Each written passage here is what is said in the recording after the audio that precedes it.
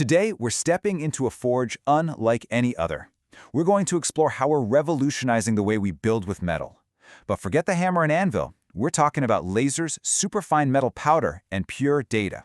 This is the world of the digital blacksmith. So let me ask you something. What if you could literally 3D print a critical part for a jet engine? Or a custom medical implant that fits a patient's body perfectly? It really does sound like something straight out of science fiction. But this is happening right now thanks to a technology that is equal parts digital artist and master craftsman. So here's our journey for today. First, we'll reimagine the forge itself. Then we'll see exactly how you can forge with lasers. After that, we'll uncover the secret recipe for a perfect part. And finally, we'll learn how to decode the final surface to judge the quality of the craft.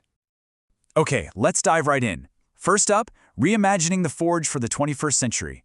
What in the world is this technology? Direct metal deposition.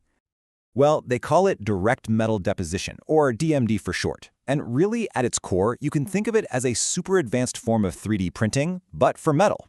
It all starts with a 3D digital model on a computer. The machine then uses a really high-powered laser to melt either a stream of metal powder or a thin metal wire, and it deposits it onto a surface, building an object from nothing, one incredibly thin, meticulous layer at a time. And I want to be clear, this is not just some experiment happening in a lab. DMD is a fully certified technology that's already solving massive problems. In aerospace, it's making lighter, stronger parts. In the medical field, it's actually certified for making custom implants. But one of its killer apps is repair. You can rebuild a single, high-value part instead of having to replace the whole thing. The savings in time, money, and wasted material are just incredible. So, how does this digital forge actually work its magic? Let's pull back the curtain and look at the core process, how a computer file and some metal dust become a solid, functional part. The whole workflow is actually pretty straightforward when you break it down. Everything starts with that digital blueprint, the 3D CAD model. From there, a focused laser creates this tiny, intensely hot pool of molten metal on a base plate. Then, as that laser moves, metal powder or wire is fed directly into that pool. It melts, fuses with the layer beneath it, and then cools and solidifies almost instantly. The machine just repeats this dance over and over again, tracing the object's shape layer by painstaking layer. Now, at the absolute heart of this entire operation is one critical element, the melt pool.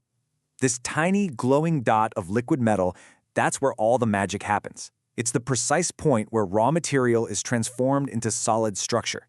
Controlling its size, its temperature, its stability, that is the absolute key to everything.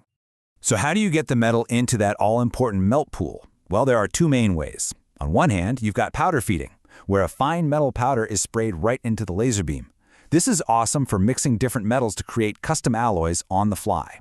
On the other hand, you have wire feeding, which is more like a futuristic welding machine, feeding a solid metal wire into the pool. Now, what the research shows is that wire feeding is usually faster, it wastes a lot less material, and it often gives you a part with a much better surface finish. But here's the thing. Just having the right tools doesn't guarantee a masterpiece. Just like an old-school blacksmith has to master the heat of the forge and the force of their hammer, a DMID operator has to master a really complex digital recipe to create a flawless part. And this is so important to understand. You can't just press print and walk away hoping for the best.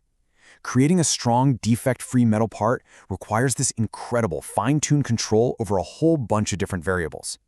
If you get that recipe wrong, your part can crack, it can warp, or it can have hidden weaknesses inside. And check out just a few of the digital levers the operator has to pull. You've got laser power, that's your heat. Scanning speed, that's the pace. The rate you feed the material into the pool, the list just goes on and on. But the research we're looking at today really zeroes in on two of these that have the biggest impact on the final quality. And what happens when you pull those two levers? Well, the research shows this really critical relationship. When you balance it just right, increasing your laser power and your scanning speed tends to create a much more stable melt pool. And that stable pool solidifies into a smoother, higher quality surface. It's all about finding that perfect digital recipe. All right, so let's move to our final section. The part is finished. How do we judge the quality?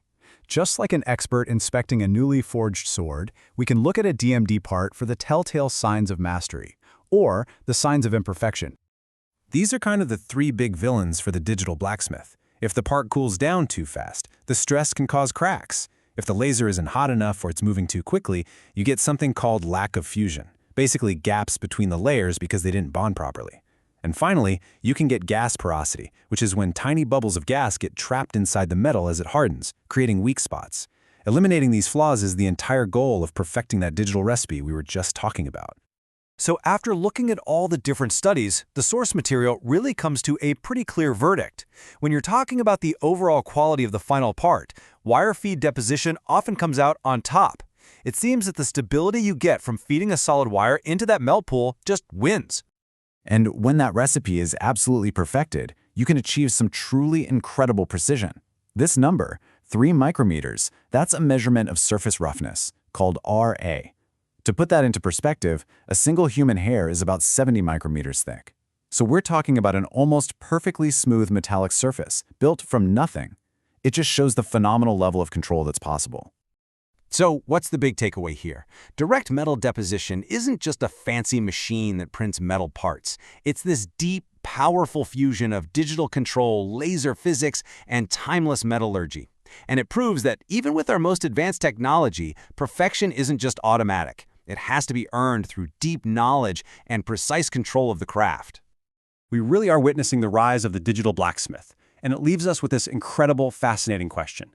As our mastery of this digital forge grows, what seemingly impossible things will we decide to build next? Thanks so much for joining me for this explainer.